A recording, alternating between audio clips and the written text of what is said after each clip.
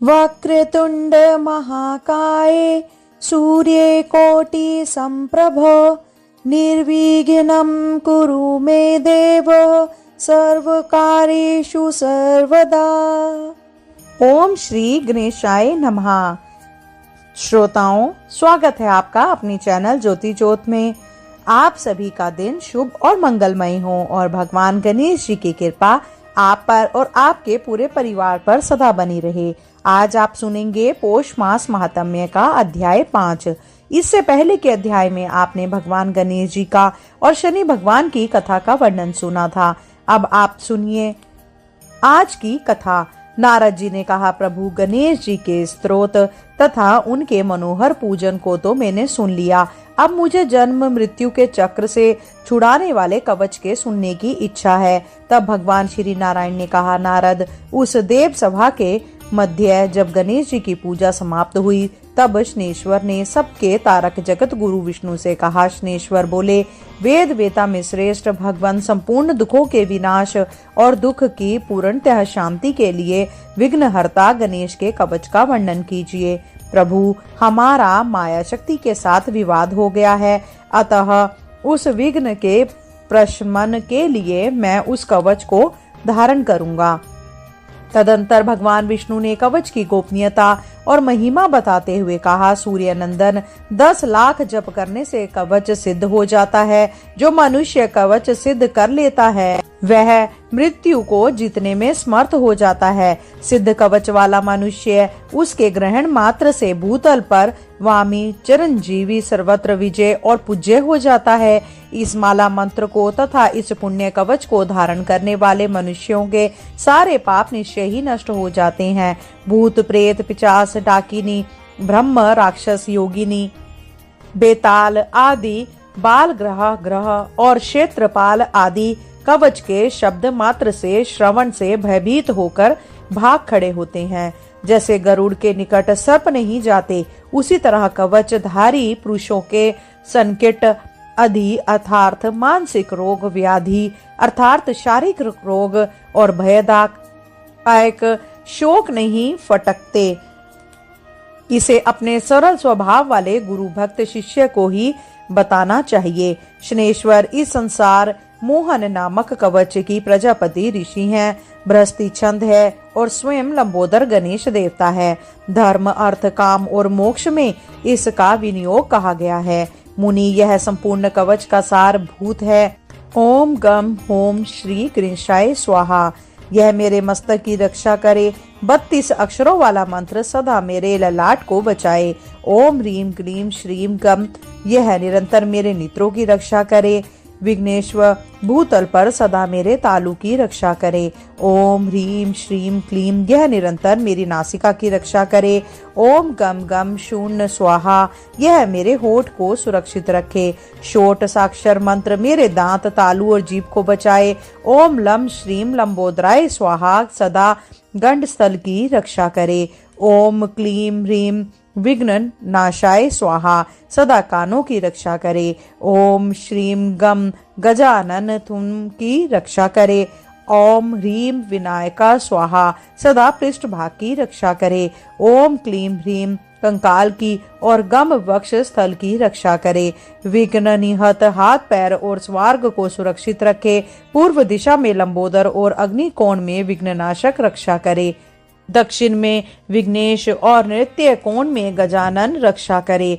पश्चिम में पार्वती पुत्र वायमक कोण में शंकरा आत्मज, उत्तर में परिपूर्णम श्री कृष्ण का अंश ईशान कोण में एक दंत और ऊर्ध्व भाग में हिरप रक्षा करे। अधो भाग में सर्व पूज्य गणाधिपति के गुरु मेरा पालन करे। वत्स, इस प्रकार जो संपूर्ण मंत्र समूहों का विग्रह स्वरूप है, उस परम अद्भुत संसार मोहन नामक कवच का तुमसे वर्णन कर दिया। सूर्य नंदन, इसे प्राचीन काल में गोलोक के वृंदावन में रास मंडल के अवसर पर श्री कृष्ण ने मुझे विनीत को दिया था, वही मैंने तुम्हें प्रदान किया है। तुम इसे जिस किसी को मत दे डालना। यह परम श्रेष्ठ सर्व पूज्य और संपूर्ण संकटों से उबारने वाला है। जो मनुष्य विधि पूर्वक गुरु की अभीर्चना करके इस कवच को गले में अथवा दाएं भुजा पर धारण करता है वह निसंदेह विष्णु ही है।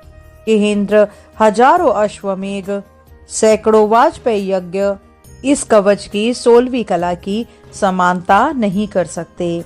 जो मनुष्य इस कवच को जाने बिना शंकर सुवन श्री गणेश की भक्ति करता है उसके लिए 100 लाख जपने पर भी मंत्र सिद्धिदायक नहीं होता। इस प्रकार सूर्य पुत्र शनेश्वर को यह कवच प्रदान करके सुरेश्वर विष्णु मौन हो गए। तब समीप में स्थित परमानंद ने निर्मगन हुए देवताओं से कहा, तद पहले शंकर का शुक्र पृथ्वी पर गिरने से कार्तिकेय के उत्पन्न होने की बात आई थी। उसी के संबंध में बात चिढ़ने पर श्री धर्म ने कहा, भगवान प्रकोप के कारण से उठते हुए शंकर जी का वह शुक्र भूतल पर गिरा था, यह मुझे ज्ञात है। भूमि ने कहा, ब्राह्मण, उस शुक्र का वहन करना अत्यंत कठिन था, इसीलिए जब मैं उसका भार सहन न कर सकी तब मैंने उसे अग्नि में डाल दिया, अतः मुझ अमला को क्षमा कीजिए। अग्नि ने कहा, जगन्नाथ, मैंने भी उस शुक्र का भार उठाने में असमर्थ होकर उसे सरकंडे दिया। भला दुर्बल का पुरुषार्थ क्या और उसका यश ही कैसा। वायु ने कहा, स्वर्ण रेखा नदी के तट पर सरकंडों में गिरा हुआ वह शुक्र तुरंत ही अत्यंत सुंदर बालक हो गया।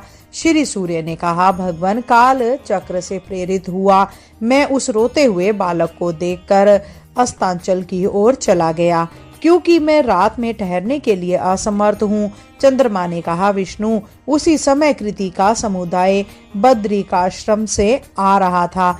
उन्होंने उसे रुदन करते हुए बालक को देखा और उसे उठाकर वे अपने भवन को चली गई। जल ने कहा, प्रभु, कृतिका ने उस रोते हुए विष्णु को अपने घर लाकर और उसके भूखे होने पर कृतिका ने स्वयं अपना स्तनपात कराकर उसे बड़ा किया। वह शिव पुत्र सूर्य से भी अधिक प्रभावशाली था। दोनों संध्याओं ने कहा, भगवान, समय वह बालक 6 कृतिका का पुष्य पुत्र है। उन्होंने स्वयं ही प्रेम पूर्वक उसका कार्तिकेय ऐसा नाम रखा है। रात्रि ने कहा, प्रभु, वे कृतिकाएं उस बालक को आंखों से ओझल नहीं करती हैं, उनके लिए वह प्राणों से भी बढ़कर प्रेम पात्र है, क्योंकि जो पालन करने वाला होता है उसी का वह पुत्र कहलाता है। दिन ने कहा, देव, जो जो वस्तुएं त्रिलोकी में दुर्लभ हैं और अपने स्वाद के लिए प्रशंसक है उन्हीं को वे उस बालक को खिलाती हैं। जब उस सभा में उन सब लोगों ने प्रसन्न मन से श्री हरि से यूं कहा, तब उनके उस कथन को सुनकर मधुसूदन संतुष्ट हो गए। पुत्र का पूरा समाचार पाकर पार्वती का मन हर्ष से खिल उठा। उन्होंने ब्राह्मणों को करोड़ों रत्न, बहुत सा धन और विभिन्न प्रकार के सभी वस्त्र दिए। इसके बाद लक्ष्मी जी, सरस्वती जी, सावित्री जी, मैना आदि सभी महिलाओं ने तथा विष्णु जी आदि सभी देवताओं ने ब्राह्मणों को धन दिया। श्री नारायण कहते हैं, मुनि पुत्र का समाचार मिल जाने पर जब विष्णु देव गण, मुनि समुदाय और पर्वतों ने पार्वती सहित शंकर को प्रेरित किया, तब उन्होंने लाखों क्षेत्रपाल, भूत, बेताल, यश, कुष्मांड, ब्रह्म, राक्षस, डाकिनी, योगिनी और भैरव के साथ साथ महान बल पराक्रम संपन्न वीर भद्र, नंदीश्वर, महाकाल, व्रजदंत, भगनेन्द्र, ददमुख आदि दूतों को, जो धधकती हुई आग की लपट के समान उद्दीप्त हो रहे थे, उन्हें भेजा। उन सभी शिव दूतों ने, जो नाना प्रकार के शस्त्र अस्त्रों से सुसज्जित थी, शीघ्र ही जाकर कृतिका के भवन को चारों ओर से घेर लिया। उन्हें देखकर सभी कृतिकाओं का मन भय से व्याकुल हो गया। तब वे ब्रह्म तेज से उदयपुर के पास जाकर कहने लगी। कृतिकाओं ने कहा, बेटा कार्तिकेय, अखियों कराल सेनाओं ने भवन को चारों ओर से घेर लिया है और हमें पता भी नहीं है कि यह किसकी है। तब कार्तिकेय बोले, माताओं, आप लोगों का भय दूर हो जाना चाहिए। मेरे रहते आपको भय कैसा? यह कर्म भोग दूर निवार है, इसे कौन हटा सकता है? इसी बीच सेनापति नंदिकेश्वर भी वह कार्तिकेय के समक्ष उत्पन्न हुए और कृतिकाओं से बोले। नंदिकेश्वर ने कहा, भ्राता सहाय करता सूरश्रेष्ठ शंकर और माता पार्वती द्वारा भेजे गए शुभ समाचार को मुझसे श्रवण करो। कैलाश पर्वत पर गणेश के मांगलिक जन्म उत्सव के अवसर पर सभा में ब्रह्मा, विष्णु और शिव आदि सभी देवता उपस्थित हैं। वहाँ गिरिराज किशोरी ने जगत का पालन करने वाले विष्णु को संबोधित करके उनसे तुम्हारे अन्वेषण के लिए कहा। तब विष्णु ने तुम्हारी प्राप्ति के निमित्त एक एक कर उन सभी देवताओं से पूछा। उनमें से प्रत्येक ने यथोचित उत्तर भी दिया। उन्हीं में धर्म, अधर्म के साक्षी धर्म आदि सभी देवताओं ने परमेश्वर को तुम्हारे यहाँ कृतिका के भवन में रहने की सूचना दी। प्राचीन काल में शिव पार्वती का जो एकांत क्रीड़ा हुई थी, उसमें देवताओं द्वारा देखे जाने पर शंभू का शुक्र भूतल पर गिर पड़ा था। भूमि ने उस शुक्र को अग्नि में और अग्नि ने उसे सरकंडी वन में फेंक दिया। वहां से इन कृतिका ने तुम्हें पाया है। अब तुम अपने घर चलो, वहां तुम्हें संपूर्ण शस्त्र अस्त्रों की प्राप्ति होगी। विष्णु देवताओं को साथ में लेकर तुम्हारा अभिषेक करेंगे और तब तुम तारकासुर का वध करोगे। तुम विश्व सहर शंकर के पुत्र हो, अतः यह कृतिका तुम्हें उसी तरह नहीं छिपा जैसे शुक्र वृक्ष अपने कोटर में अग्नि को गुप्त नहीं रख सकता। तुम तो विश्व में दीप्तिमान हो। इस कृतिकाओं के घर में तुम्हारी उसी प्रकार शोभा नहीं हो रही जैसे महाकूप में पड़े हुए चंद्रमा शोभित नहीं होते। जैसे सूर्य मनुष्यों के हाथों की ओट में नहीं छिप सकते, उसी तरह तुम भी इनके अंग तेज से आच्छादित न होकर जगत को प्रकाशित कर रहे हो। शंभु नंदन, तुम तो जगत व्यापी विष्णु हो, अतः इस कृतिका के व्यापक नहीं हो। जैसे आकाश किसी का व्याप नहीं है, बल्कि वह स्वयं ही सबका व्यापक है। तुम विश्वों में निर्लिप्त योगेंद्र हो तथा विश्व के आधार और परमेश्वर हो। ऐसी दशा में कृतिका के भवन में तुम सर्वेश्वर का निवास होना उसी प्रकार संभव नहीं है जैसे शूद्र गोरैया के उदर में गरुड़ का रहना असंभव है। तुम भक्त के लिए मूर्तिमान अनुग्रह तथा गुणों और तेजों की राशि हो। देवगण तुम्हें उसी तरह नहीं जानते जैसे योगहीन पुरुष ज्ञान से अनभिज्ञ होता है। जैसे मोहित चित्त वाले भक्तिहीन मनुष्य को हरि की उत्कृष्ट भक्ति का ज्ञान नहीं होता, उसी तरह यह कृतिका तुम्हें कैसे जान सकती है, क्योंकि तुम अनिवर्चनीय हो। भ्राता, जो लोग जिसके गुण को नहीं जानते वे उसका अनादर ही करते हैं। जैसे मेंढक एक साथ रहने वाले कमलों का आदर नहीं करते। कार्तिकेय ने कहा, भ्राता, जो भूत भविष्य वर्तमान तीनों कालों का ज्ञान है वह सब मुझे ज्ञात है। तुम भी तो ज्ञानी हो, क्योंकि मृत्युंजय के आश्रित हो। ऐसी दशा में तुम्हारी क्या प्रशंसा की जाए। भाई कर्म के अनुसार जिनका जिन जिन योनियों में जन्म होता है वह उन्हीं योनियों में निरंतर रहते हुए निर्वृत्ति लाभ करते हैं। वे चाहे संत हो अथवा मूर्ख हो, जिन्हें कर्म भोग के परिणाम स्वरूप जिस योनि में प्राप्ति हुई है वे विष्णु माया से मोहित होकर उसी योनि को बहुत बढ़कर समझते हैं। जो सनातनी विष्णु माया सबकी आदि सर्वस्व प्रदान करने वाली और विश्व का मंगल करने वाली है, उन्हीं जगत जननी ने इस समय भारतवर्ष में शैलराज की पत्नी के गर्भ से जन्म धारण किया है और दारुण तपस्या करके शंकर जी को पति रूप में प्राप्त किया है। सभी श्री कृष्ण से उत्पन्न हुए हैं और समय आने पर केवल श्री कृष्ण में ही विलीन हो जाते हैं। प्रतीक कल्प में सृष्टि के विधान में मैं नित्य होते हुए भी माया से आबद्ध होकर जन्म मरण करता हूँ। उस समय प्रत्येक जन्म में जगत जननी पार्वती मेरी माता होती है। जगत में जितनी स्त्रियां हैं वे सभी प्रकृति से उत्पन्न हुई हैं। उनमें से कुछ प्रकृति की अंशभूता है तो कुछ कलात्मक और कुछ कला के अंश से प्रकट हुई हैं। ये ज्ञान संपन्न योगिनी कृतिका प्रकृति की कलाएं हैं। इन्होंने निरंतर अपने स्तन के दूध तथा उपहार से मेरा पालन पोषण किया है, अतः मैं उनका पोष्य पुत्र हूँ और पोषण करने के कारण यह मेरी माताएं हैं। साथ ही मैं उन प्राकृतिक देव पार्वती का भी पुत्र हूँ, क्योंकि तुम्हारे स्वामी शंकर जी के शुक्र से उत्पन्न हुआ हूँ। नंदिकेश्वर मैं गिरिराज नंदिनी के गर्भ से उत्पन्न नहीं हुआ हूँ। अतः जैसे मेरी धर्म माता है वैसे ही यह कृतिकाएं भी सर्वसम्मति से मेरी धर्म माताएं हैं, क्योंकि स्तन पिलाने वाली, धाय गर्भ में धारण करने वाली जननी, भोजन देने वाली, 5 का गुरु, पत्नी, अभिष्ट देवता की पत्नी, पिता की पत्नी यानी सौतेली माता, कन्या बहन, पुत्र वधू, पत्नी की माता, सास माता की माता, नानी, पिता की माता, दादी, सहोदर भाई की पत्नी, माता की बहन, मौसी, पिता की बहन तथा मामी, ये 16 मनुष्यों की वेद विहित मालाएं कहलाती हैं। ये कृतिकाएं संपूर्ण सिद्धियों की ज्ञाता, परम ऐश्वर्य संपन्न और 3 लोकों में पूजित है। शूद्र नहीं है, बल्कि ब्रह्मा की कन्याएं हैं। आप भी स्तव संपन्न और शंभु के पुत्रों के समान हो और विष्णु ने ही आपको भेजा है। अतः चलो, मैं आपके साथ चलता हूँ, वहां देव समुदाय का दर्शन करूंगा। आज का अध्याय यहीं समाप्त होता है। इसके बाद जो कुछ भी हुआ, कार्तिकेय जी का नंदिकेश्वर के साथ कैलाश पर जाना, वहां उनका स्वागत होना, इन सब का वर्णन आप इसके अगले अध्याय में अवश्य सुनेंगे। श्रोताओं, अब आप रसपान कीजिए श्री गणेश चालीसा के पाठ का। जय गणपति सद्गुण सदन, कविवर बदन कृपाल, विघ्न हरण मंगल करण, जय जय गिरजालाल। जय जय जय गणपति गणराजू, मंगल भरण करण शुभ काजू। जय गज बदन सदन सुख दाता, विश्व विनायक बुद्धि विधाता।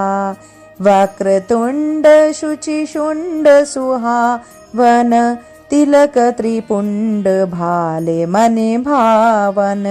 राजत मणियुक तन मुरमाला, स्वर्ण मुकुट सिर नयन विशाला। पुस्तक पाणि कुठार त्रिशूल, मोदक भोग सुगंधित फूलम। सुंदर पीतांबर तन साजित, चरण पादुका मुनि मन राजित। धनी शिव सुवन शरणानन भ्राता, गौरी ललन विश्व विख्याता। रिद्धि सिद्धि तव चमर सुधारे, मूषक वाहन सोहत द्वारे। कहो जन्म शुभ कथा तुम्हारी, अति शुचि पावन मंगलकारी। एक समय गिरिराज कुमारी, पुत्र हेतु तप की नह भारी। भयो यज्ञ जब पूर्ण अनुपा, तब पहुँचो तुम धरी द्विज रूपा। अतिथि जानी के गोरी सुखारी, बहुविधि सेवा करी तुम्हारी। अति प्रसन्न हवे तुम वर दीना, पुत्र मातु पुत्र हित जो तप कीना। मिले ही पुत्र तुहि बुद्धि विशाला, बिना गर्भ धारण यही काला। गणनायक गुण ज्ञान निधाना, पूजित प्रथम रूप भगवाना। असे कही अंतर ध्यान रूप, हवे पालना पर बालक स्वरूप हवे। बनी शिशुरुदन जभई तुम ठाना, लखी मुख सुख नहीं गोरी समाना। सकल मगन सुख मंगल गावही, नाभते सुरन सुमन वर्षावही। शुंभु उमा बहुदान लुटावही, सुर मुनि जन सुत देखनि आवही। लखी अति आनंद मंगल साजा, देखन भी आए शनि राजा। निज अवगुण गुणी शनि मन माही, बालक देखन चाहत नाही। गिरिजा कछु मन भेद बढ़ायो, उत्सव मोर न शनि तुहि भायो। कहत लगे शनि मन सकुचाई, का करियो शिशु मोहि दिखाई। नहीं विश्वास उमा उर भयो, शनि सो बालक देखन कहुओ। पद तहि शनि दृग कोण प्रकाशा, बालक सिर उड़ी गयो आकाशा। गिरिजा गिरी विकल हवे धरणी, सो दुख दशा गयो नहीं वरणी। हाहाकार मचयो कैलाशा, शनि की नो लखी सूत को नाशा। तुरंत गरुड़ चढ़ी विष्णु सिधाए, काटी चक्र सो गज सिर लाए। बालक के धड़ ऊपर धार्यो, प्राण मंत्र पढ़ी शंकर डार्यो। नाम गणेश शंभु तप कीनः, प्रथम पूज्य बुद्धि निधि वर दीने।